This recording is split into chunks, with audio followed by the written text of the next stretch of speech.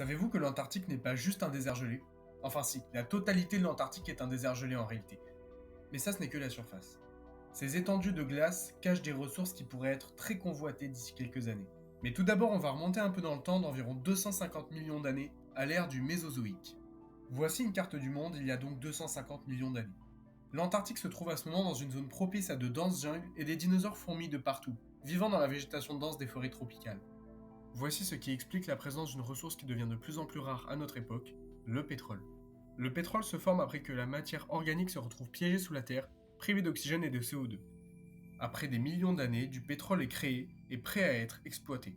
Voilà la ressource la plus précieuse de l'Antarctique, qui se trouverait en masse sous ce sol gelé. Mais ce ne sont pas les seules ressources que possède ce grand continent. Certains scientifiques s'accorderaient à dire qu'il y aurait également des gaz naturels, du fer, du cuivre, du zinc, du charbon ou encore de l'uranium, voire même potentiellement des terres habitables. Car contrairement à l'Arctique, qui est un océan gelé, l'Antarctique est une terre recouverte de glace où se trouvent sous la calotte glaciaire potentiellement des terres habitables dans plusieurs dizaines d'années, dues au réchauffement climatique. L'Antarctique est une terre bien plus riche que ce que l'on pourrait croire.